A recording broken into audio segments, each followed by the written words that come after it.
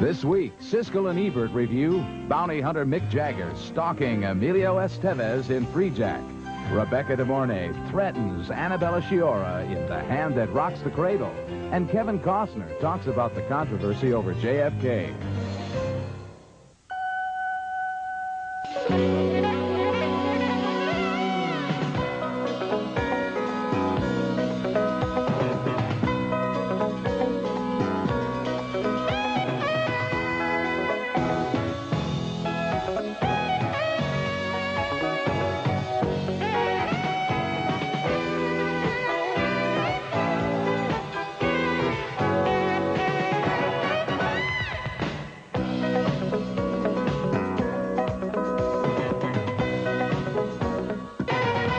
Tell me who's behind all this.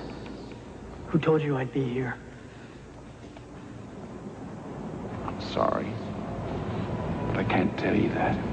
Emilio Estevez plays a race car driver hijacked to a future world that includes Mick Jagger in Freejack. It's one of the new movies we'll be reviewing this week on Siskel and Ebert, and we'll have an interview with Kevin Costner on the JFK controversy. I'm Gene Siskel of the Chicago Tribune. And I'm Roger Ebert of the Chicago Sun-Times. Our first movie is named Freejack, an ambitious but misguided science fiction film that assumes that in less than 20 years' time, the Earth will be so polluted that all living human beings will be fatally flawed in one way or another. Gee, they're halfway there. So a rich man reaches back through time to snatch a healthy body from the past, and muscular young race car driver Emilio Estevez ends up wandering around very badly confused in the 21st century. I'm looking for Julie. Julie Redland. Damn it, now where is she? You get out of my face. Charles, wait. Julie Redland? Child, we bought this place from her years ago. No, that's impossible. I was with her here this morning. He's a Freejack. In charge of tracking down Freejacks is a warrior scientist played by Mick Jagger, who shares the cynical values of his disintegrating society. Let me tell you something. I said I'd deliver Furlong, and that's what I'll do. Feel free to make any arrangements you like, but keep your people out of my way. Estevez searches through the future for his girlfriend from the past, played by Rene Russo. When he finds her, she's held up pretty good after 18 years. Only her hair has changed, and now she's a powerful executive in the company that runs the world. Will you stop for 1 second and listen to me? Alex, I can prove it! Anthony Hopkins has a small but important role as the mighty billionaire who employs Russo and would like to inhabit her boyfriend's healthy body. Where are you, Jewel? I'm at a friend's. Oh. Is she with you now? No. You have to give Freejack credit for having ambition and for containing ideas which are a little more challenging and complicated than at first you might suspect. The screenplay is based on the science fiction classic Immortality Incorporated by Robert Sheckley. Unfortunately, the ideas take second place to a lot of high-tech action stuff, explosions, fights, special effects, and those parts of the movie look like every other futuristic action picture. Absolutely. I found part of it interesting in terms of its premise, but none of it interesting in terms of entertainment. No, I mean, in the writing, it is like every other science fiction, futuristic piece, Roger, and I really am tired of this group because they all do the same thing. They take all the problems of the present, just exaggerate them a little bit, and give us this alienating society. Why doesn't somebody go for a futuristic exercise where the world is better? Why don't they make that leap? It seems so obvious to have a world that's so much better and then indict the present. They want to indict the present by making us see more present. There's another problem, which is if you were a race car driver who had wiped out when your car hit a bridge and you went up in flames, and then you find yourself in the year 2009, what is the first thing you would do? What happened? Immediately, would you start looking for your girlfriend? Well, maybe you would. But, I mean, they always turn it into a very trivial little story about whether these two people will get back together again. The guy never seems to be properly astonished by the enormity of what's happened to him. Exactly right. I was clocking it. The picture probably goes 40 to 45 minutes before he says, hey, what happened? Yeah. What's going on here? Ridiculous. And it isn't, 20 years is not that far enough in the future. Okay, next movie. Well, I mean, in other words, it's not like he's gone centuries. It's, you know. Well, 20 years would still be amazing to me. It would be amazing. If I woke up in 20 years and I was still here across from you. You got it. It would be amazing. the waking up is what would be interesting for you. Our next movie and our next film is also set in the future. It's a thriller called Until the End of the World and stars William Hurt as a man followed all over the globe by a woman who adores him. Here's their first meeting. Can I help you? Are you still there? Where are you? Hold on a second, Gunther. Look at me. Yeah, it's my eyes.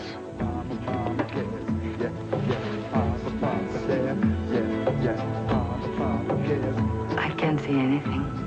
Well, it's better already. Hurt plays the son of an inventor, Max von Sydow, who years ago ran away from an American company he felt would misuse one of his inventions. It's a machine that transforms brain waves into images and images into brain waves. It helps the blind to see. Hurt wants to complete his dad's work. When you disappeared from America and I thought you were dead or in jail, I lost a whole year of my life looking for you. Oh, I never said thank you, huh? That's right, never. I lost my wife and my only child for you. That's a pretty awkward scene, and think of the caliber of actors we were watching there. They can't help that dialogue, and the script of Until the End of the World is its weakest element. For its first two-thirds, it's a worldwide chase picture. Then we get Max von Sydow and his dream machine. What's fun is, and the only thing that's fun about this picture is, occasionally director Wim Wenders has images of dreams that are exciting, and he uses a lot of cutting-edge technology in the picture. But it's undone by the most old-fashioned, important element in narrative movie making, stilted writing. You know, sometimes it's hard to draw the line between a great imagination and just a simple lack of artistic discipline. But here I think what Wenders has done is given himself permission to make a very shapeless, formless picture that might have worked. Maybe it would have worked in a different way, but it doesn't here because, as you mentioned, in the first two-thirds of the picture, he tries to make us believe it's some kind of a genre film. Then he makes a right turn or a U-turn and turns it into an entirely different kind of film that is very unconvincing and seems very concocted and very contrived. Yeah, ordinary. And then he spends a lot of time trying to explain the plot backwards so that we'll know what the loose ends meant. And by the end of the film, frankly, I just didn't care. Well, you know what? I mean, frankly, William Hurt, in Altered States, one of his first pictures, did this kind of a story in a much more rigorous way and a much better film. So he's failed on ground that's already been trod. Coming up next, an attack on urban violence named Juice, and later in the show, the hand that rocks the cradle. But your mommy wasn't mean like mine. I didn't have a mommy. Cool, man. I hope you're taking care of yourself. Word up. Come on, man. It's Blizz. Of course I'm taking care of myself, man. Cool, man. It's nice to see you, man. Yeah, pardon me for a second. I'm about to rob this place. All right, everybody, put your hands in the air. A friendly conversation takes an unexpected turn in our next film, Juice, the first film directed by Ernest Dickerson, who is already well known as the cinematographer for Spike Lee's films. And, as you might expect, this is a good-looking film, although it tells a story that's more limited and has a more predictable moral than you probably find in a film by Lee. The movie follows four young men through a fairly typical period in their lives, made different only because through the leadership of one of them, named Raheem, they have started to drift into crime. Sir? Sir? Sir, can I check that newspaper? When one of their friends is killed while committing a stick-up, for the character named Bishop, the moral is clear. You need a gun to assert yourself. You gotta get the ground beneath your feet, partner. Get the wind behind your back and go out in the blaze if you got to. Otherwise, you might as well be dead your damn self. The young men feel even more need for a gun when their leader, Raheem, talks them into robbing a neighborhood grocery store. Look, old man Quillis is not gonna draw on somebody that got a gun on him. Don't worry about it. It's gonna be a piece of cake, Q. Yeah, man, it'll be a piece of cake. One of the movie's subplots evolves around the musical ambitions of the character named Q. The planned robbery is scheduled on the same night as his competition in a big DJ contest.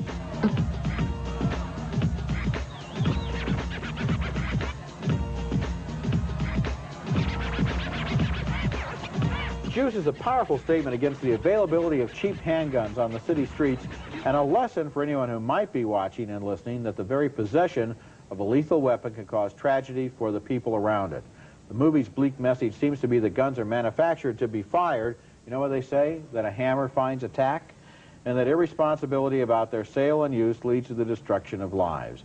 It's a strong message in a movie that's well made but probably suffers from inevitable comparisons with Spike Lee's work. But after one film, what you can basically say is that Ernest Dickerson is a great cinematographer, but not yet a great director. So are you recommending the picture or not? I'm recommending the picture, yeah, marginally, yeah. I think that you're giving too much credit for the message. I mean, the danger of handguns is well known, and it would almost be impossible to make anything less than, I don't think this is powerful, I guess is the point I'm trying to make, a statement against handguns. I think there are a lot of what I think is really good about the picture, apart from its message, and that is the way that we see the daily lives of these young men, and the way that the kid who really only wants to be a DJ gets carried along by peer pressure against his will into a situation of crime. Except that I did not believe that these kids, three of them, of the quartet, three of them who seem like really nice guys, okay,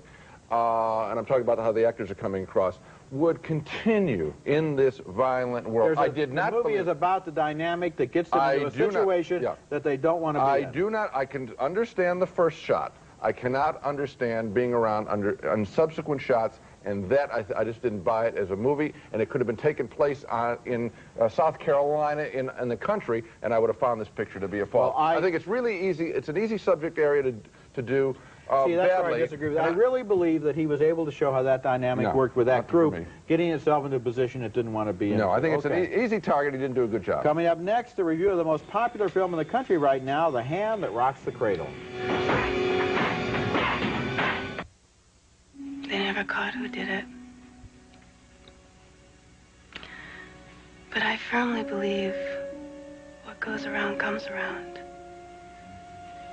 That's Rebecca De Mornay as the nanny with a deadly revenge motive in The Hand That Rocks the Cradle, a film that exploits a parent's nightmare, bad domestic help. Very bad domestic help. I had trouble accepting the premise of this picture because of the casual way in which the nanny is hired in an early scene by the mother, Annabella Sciorra. I can't believe I forgot that I had an appointment with you. I'm usually so good about these things. Well, actually, I didn't have an appointment. Oh, did the agency just tell you stop on by? Well, no, I'm not with an agency. Come on, would anyone really hire a stranger off the street to work in their home with their children, including an infant? Much more believable is the supporting character of the mother's best friend, played by Julianne Moore. You never, ever let an attractive woman take a power position in your home. It's very bad business. A power position. You heard what I said.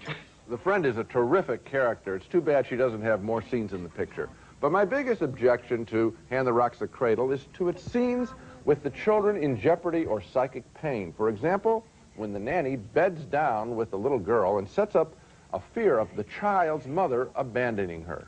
Your mommy died? And who took care of you? I had to take care of myself. That's really kind of cheap. In my opinion, a movie has to be awfully good to justify using a child in pain. Something at the level of The Exorcist can get away with it, not this. And I felt that way a long time before I became a parent. There are some fun thrills in The Hand That Rocks the Cradle, to be sure, but I found a lot of it distasteful, too. This is the kind of argument we have very frequently, because you find things that are implausible and so forth in a film, and other things you object to. I found this film worked, and that's usually the way I approach it. I go to a thriller expecting to be thrilled. I don't go expecting to have all of my sensibilities respected and all of my sensitivities honored, because I know that in a movie like this, I can almost anticipate exactly what it's going to be about. Can I ask you one question? Yeah. Would the picture have been better if you had bought the premise? See, that's where we do have this argument. You'll say, but Gene, you got to grant a movie its premise. And I say, not really. Let him write a better premise, then I'll grant it. I grant the premise.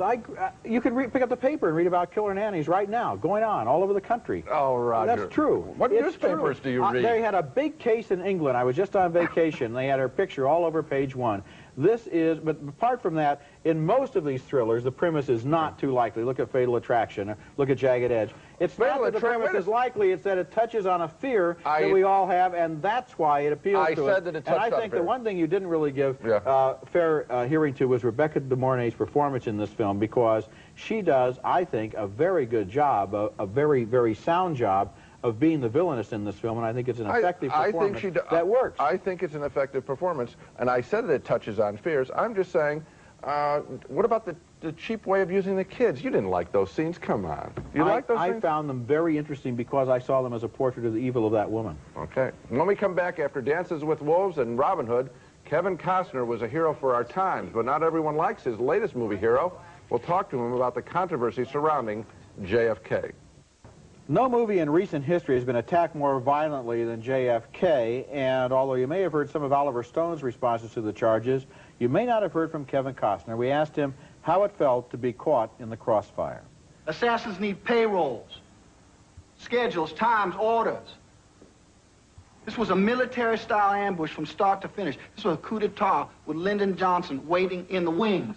There you have Kevin Costner delivering one of the many controversial theories that have made JFK the target of more criticism than any other American film in years. And along with Oliver Stone, who wrote and directed the movie, Costner has watched the film draw crowds despite a constant attack from journalists who don't like the movie's interpretation of history. Recently, I talked to Costner about the constant critical fire aimed at this movie and the people who made it. Were you surprised that this movie involves so much controversy and so many attacks? I was because when I think of what could really be attacked in this country, it seems like we should be attacking homeless. I don't want to get on a political thing, but when I see a concentrated effort on one guy who somehow we're afraid of, that really makes me wonder what's the weight behind that? You know, to have his script printed in the Washington Post, some of it published, that's almost like industrial espionage. I mean, I personally go to the movies once a week to my theater, and I call it industrial espionage because I don't want to know the ending of something. I don't want to know something, and I feel like you're robbing me of my $7. You know, I don't like that. I think there's something unfair about that. Do you feel in any way that you are a point man or that you have to take the heat for attacks on this movie? Does that impact on your career as an actor that you're also involved in the controversy? I don't know. I don't know the implications of that. I'm kind of glad that I don't, because otherwise you'd like be afraid of your own shadow every time you made a move, how it's going to impact what it's going to be. But I do have an obligation as one of the leads in the movie to speak up for the movie, because I am answerable to what it is I do and why I do it. At least in this day and age, people want to know. So, I accept that.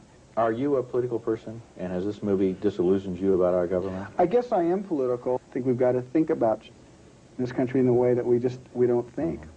We're really not as smart as we think we are. We're not first in hardly anything anymore, except the production of movies.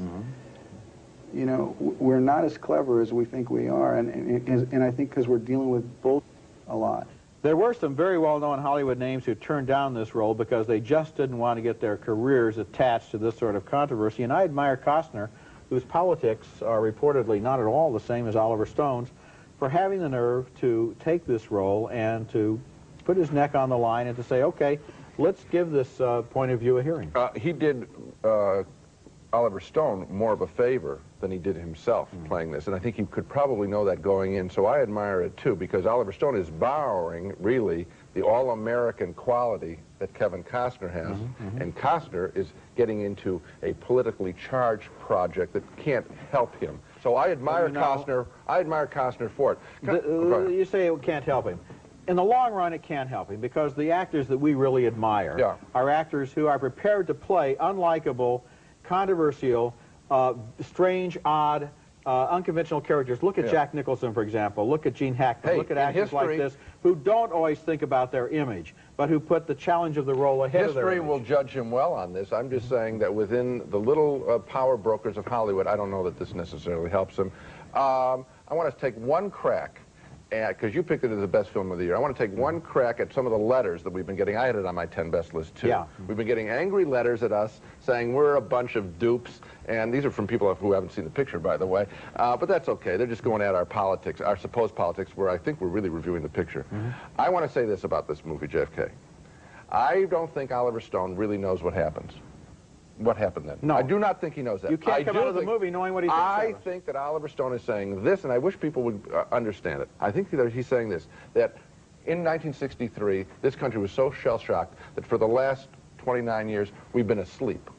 We have suffered under Watergate, Vietnam, savings and loan crises, Iran-Contra, and all this stuff, and we're not active enough. We're not active enough as citizens. That, to me, is a patriotic message. I don't understand why people can't understand that ultimately this is a patriotic film. What he's saying is no matter whether you buy my theory Get or active. not, Get involved. let's go back and look again at what happened and try to figure it out and not just be passive people who accept everything that's told And if to we us. don't solve this crime, and I'm not convinced what happened either, if we don't solve this crime, but at least be participatory in our government. And that is the American ideal, and I think it's a patriotic picture. Okay, coming up next, another look at the movies we reviewed on this program. Chunky introduces another big chicken noodle soup. New classic chicken noodle made the Chunky way. Big, gigantically juicy chunks of chicken, humongously hearty noodles, and Titanic-tasting vegetables. Chunks big enough for a fork, but you better use a big spoon to get every drop of robust chicken broth. New Chunky classic chicken noodle. Soup so big, it eats like a meal. Now let's recap the movies we reviewed on this show. 2 thumbs down for Freejack, the goofy sci-fi picture with Emilio Estevez, who doesn't seem to be concerned that he's done a wheelie into the future. 2 more thumbs down for Until the End of the World, Wim Wenders' futuristic journey into a world of a dream machine. Awkward screenwriting throughout this picture. A split vote on Juice, the urban handgun drama. Roger felt it made a strong statement. I thought the story was simplistic. Another split vote on The Hand That Rocks the Cradle. Roger thought it works as a thriller. I had trouble with the premise and the children in danger. So the movies we reviewed on this program, the one people should see is JFK. Yeah. That's it for this week. Next week we'll be back with Shining Through with Michael Douglas and Melanie Griffith taking on the Nazis. Also Denzel Washington in a cross-cultural love story called Mississippi Masala. That's next week, and until then, the balcony is closed.